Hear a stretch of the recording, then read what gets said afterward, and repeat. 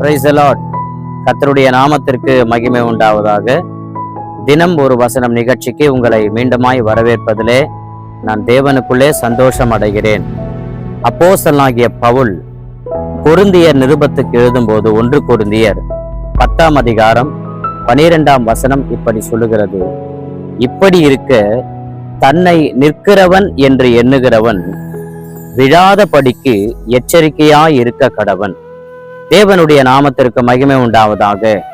நம்மிலே அநேகர் என்ன நினைக்கிறோம் என்று சொன்னால், நான் சத்தியத்திலே சரியா இருக்கிறேன், நான் தேவனுக்குள்ளே விசுவாசத்திலே ரொம்ப அற்புதமா நிலை நிற்கிறேன், நான் வசனத்திற்கு கீழ்ப்படுகிறேன் என்று சொல்லி தன்னை ஒரு நிலை நிற்கிறவனாக, எல்லாவற்றிலும் சரியாய் நீதியாய் இருக்கிறவர்களாக தனக்குத்தானே எண்ணிக்கொள்ளுகிறார்கள். நாம் வேதத்திலே பேதுருவை குறித்து வாசிக்கும் பொழுது இயேசு கிறிஸ்து பேதுருவை பார்த்து சொன்னார், சேவல் கூவதற்கு முன்னே நீ என்னை மறுதலிப்பாய் என்று சொல்லி. ஆனா பேதுரு என்ன சொன்னானா, உமக்காக மரிப்பதானாலும் நான் உம்மை மறுதலிக்க மாட்டேன். இயேசு கிறிஸ்து தன்னுடைய மரணத்தை குறித்து பேதுருவிடத்துல சொன்ன போது, ஆண்டவரே இது உமக்கு நேரிடக்கூடாது என்றெல்லாம் சொன்னான்.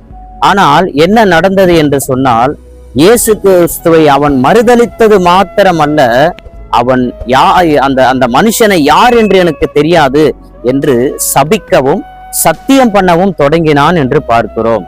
எனவே பிரியமானவர்களே, நாம் தேவனுக்குள்ளே நிலை நிற்கிறோம், நான் சரியா இருக்கிறேன் என்று சொல்லாதவர்களாக அனுதினமும் ஆண்டவரே இந்த விசுவாசத்திலே உமக்கு முன்பாக நான் நிலை நிற்க வேண்டும் என்று தேவனிடத்திலே வேண்டி நாம் கிருபையை பெற்றுக்கொள்ள வேண்டுமே தவிர, நான் சரியா இருக்கிறேன், நான் ரொம்ப கரெக்டா இருக்கிறேன் என்று நாம் சொல்லுவது தேவையற்றதா இருக்கும்.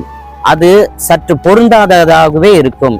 ஆனாலும் கூட ஆகையினாலே நம்ம ஒவ்வொரு நாளும் இயேசுவை பார்த்து, உங்களுடைய கிருபை தாங்க ஆண்டவரே, நீங்க என்னோடு இருக்கணும், நான் சரியா நிற்கிறவனா மாறணும்னு ஜெபிக்கணும். இப்படி ஜெபிப்போமானால் நிச்சயமாகவே நம்மை கண்டு, நம்முடைய சாட்சியை கண்டு அநேகர் இயேசுவினிடத்திலே திரும்ப அது ஏதுவாயிருக்கும். எனவே அப்படியே செய்வோமா? Praise the Lord.